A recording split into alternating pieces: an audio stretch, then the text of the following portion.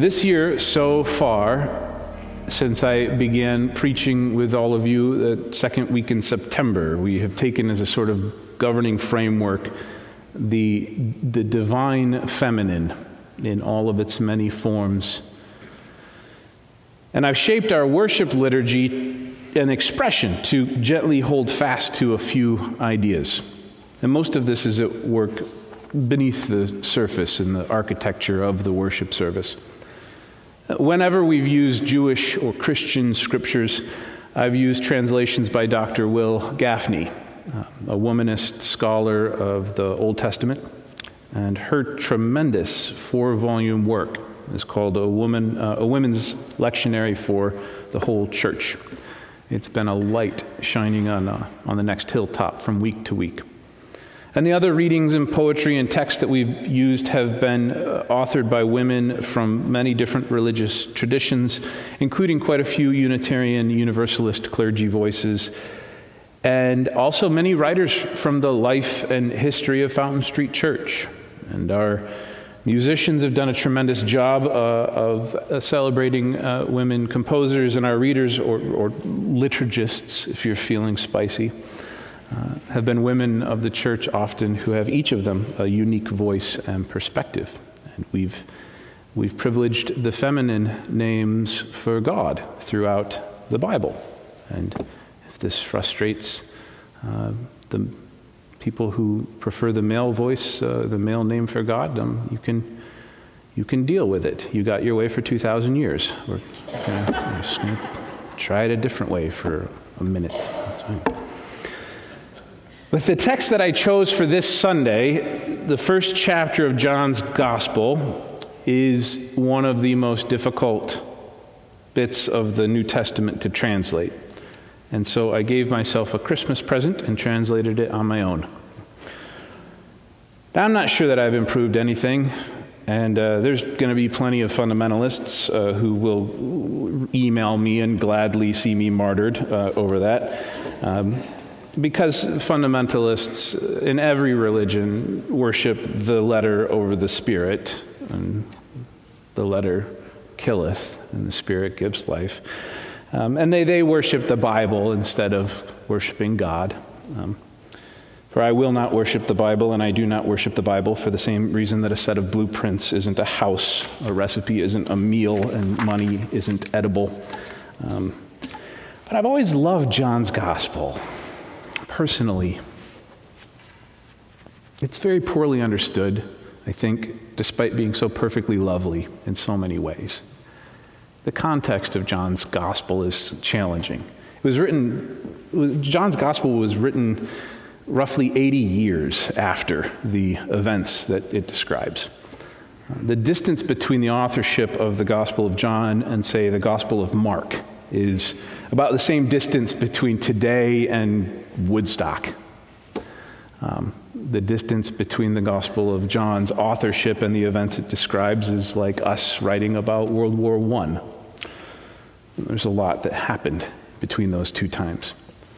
And unlike the Gospels of Matthew and Luke, which begin with a nativity story, it's Bethlehem and shepherds and angels, old King Herod.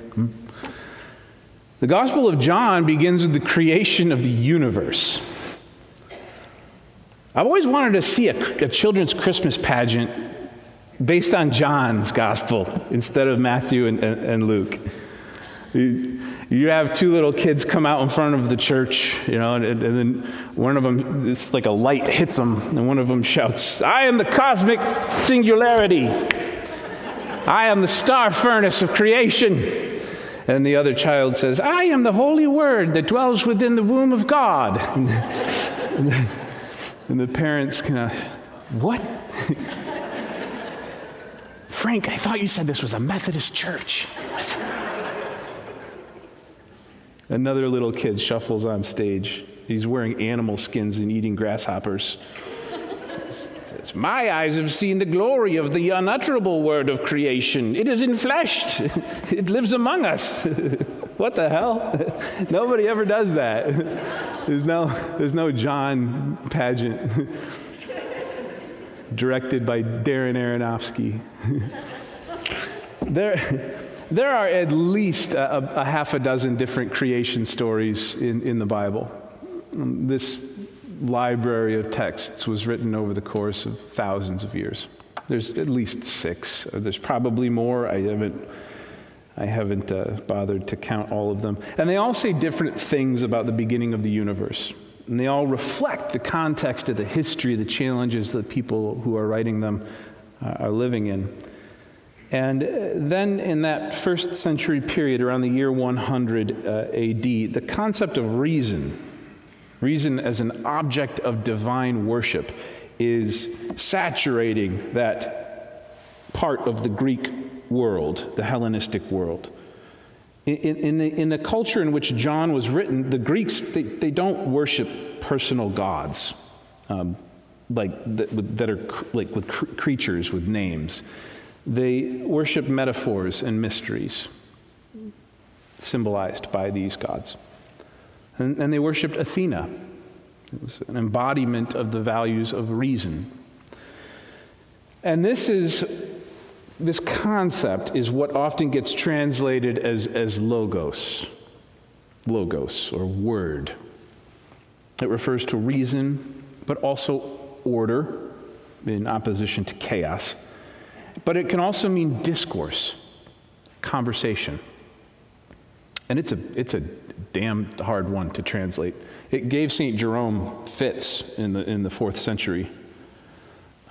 Jerome was translating the Bible into the Latin Vulgate in the 4th century. I got to sit at his writing desk in Bethlehem. I didn't get much work done there, but he couldn't find a good word to translate the Greek word in John, logos, into Latin. And he ended up using in principio erat verbum, which it literally means in the beginning was the word, verbum. But verbum in Latin and logos in Greek mean pretty different things. Now in Hebrew, and please remember, John was writing in Greek, not in Hebrew. In Hebrew, there's an important parallel story about a person or a thing or a concept or a presence who's there at this time of creation. It is Chokmah. Chokmah is translated into the Greek as Sophia, which is translated into English as wisdom. Wisdom, reason, either separate or somehow merged into this single person, logos, in the case of John. This is with God at the genesis of creation. This is this important point that they're trying to get across. And as John has it, all things, all the stuff that exists, came into being through this. And without them, not one thing came into being. And so this spirit, this concept, this presence, this thing that we can't seem to translate, it comes from the very heart of God.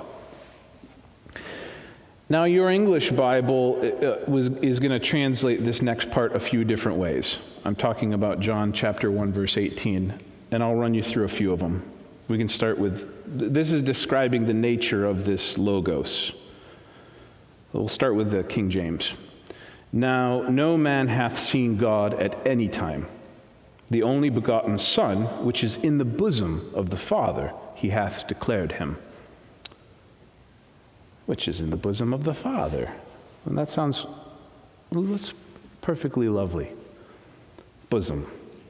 What father doesn't gather his child to his bosom and lovingly put them inside their bosom? It's weird. It's clumsy.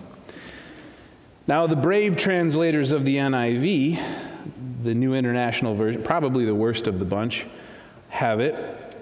No one has ever seen God but the one and only Son, who is himself God, and is in closest relationship with the Father, has made him known. Closest relationship with God. Closest relationship. And the NRSV translates it, who is close to the Father's heart. Close to the Father's heart. It's the bosom, close to relationship. Something's going on here. It's touching, close to God's heart. It's a little sterile. Ho onais ton kolpan to patros. That's the Greek. That's what was written in John. Close to God's heart in God's bosom. What is this? The Logos is being described as being in the kolpon of the Patros, the kolpon of the Father. Kolpon is the operative word here in the Greek, and this is what is getting messed around with in the translations.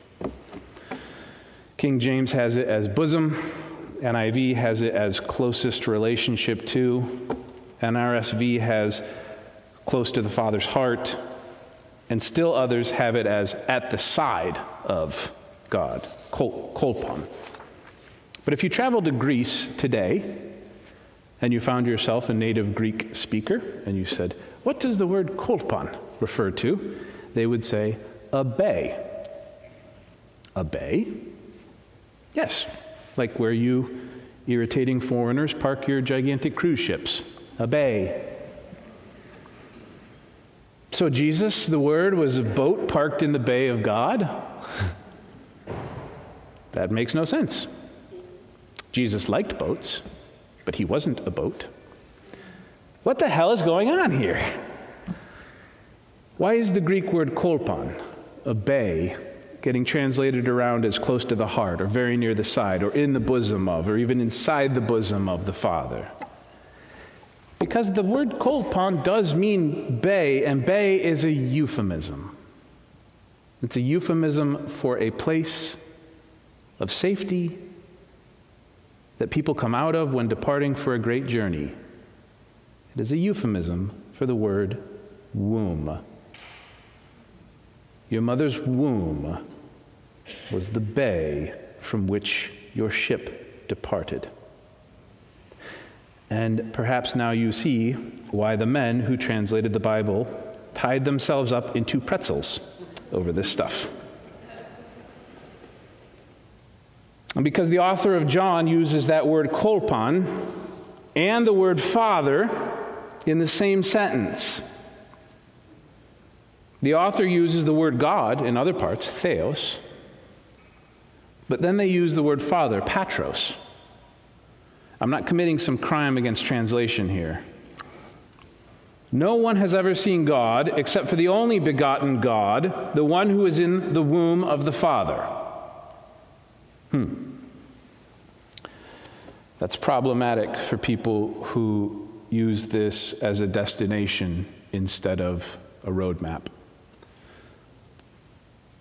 Reason and wisdom are within God, the moment of creation. God gives birth to wisdom and reason. And wisdom and reason are the very womb of God. Well, why does this matter? I think it matters today because we know more now today about the beginning of the universe than ever before.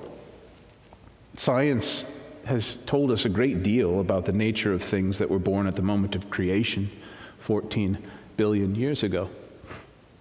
In the beginning was the singularity, infinite heat and density. And then something happened, and the singularity gave birth to the four fundamental forces of the universe: gravity, the strong force, the weak force, and the electromagnetic force. And thus came forth all manner of things. And this is the journey of cosmology. It's the science of the nature and origin of the universe. Careful study of the order of creation. Upon this is built all of our mathematics and physics, all of our technology, material sciences, biology, chemistry, all born of these four fundamental forces. And in the beginning was the singularity of infinite creative power and generative force, and from this came forth wisdom and reason. From Proverbs chapter 8, it's from the Hebrew Bible, the book of Proverbs, wisdom's own words. The Lord created me at the beginning of creation, the first act of long ago. Ages ago I was born.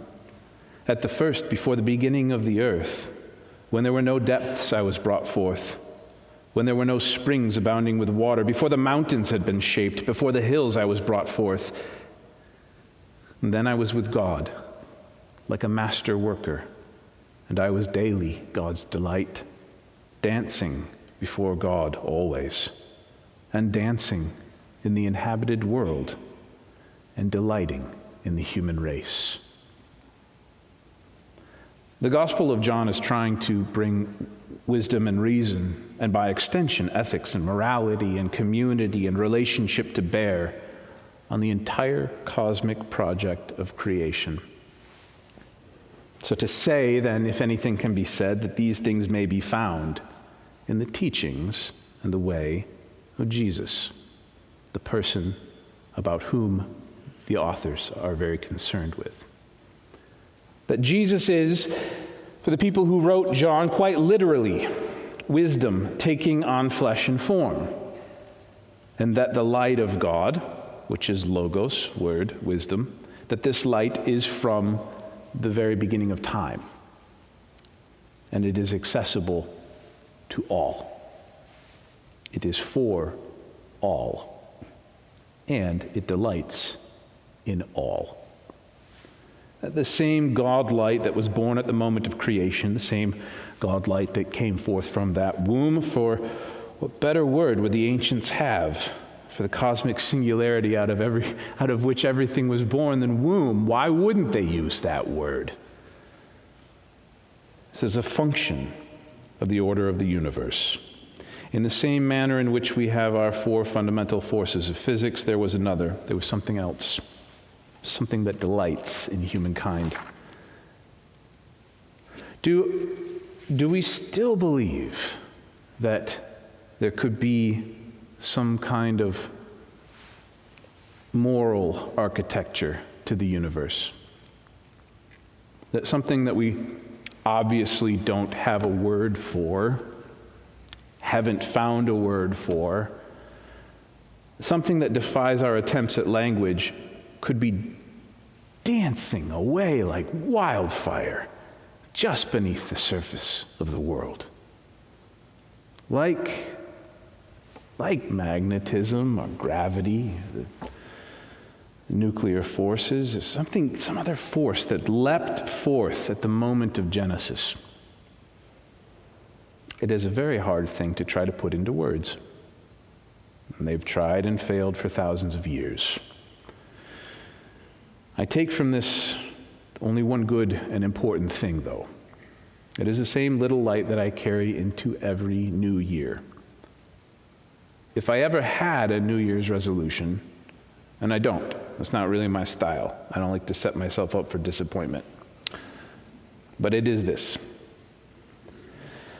Despite everything else, despite my passing feelings of despair and isolation, despite the alienation that I sometimes feel from society or the world, my culture of origin, or from the church, despite all of this, I am not alone.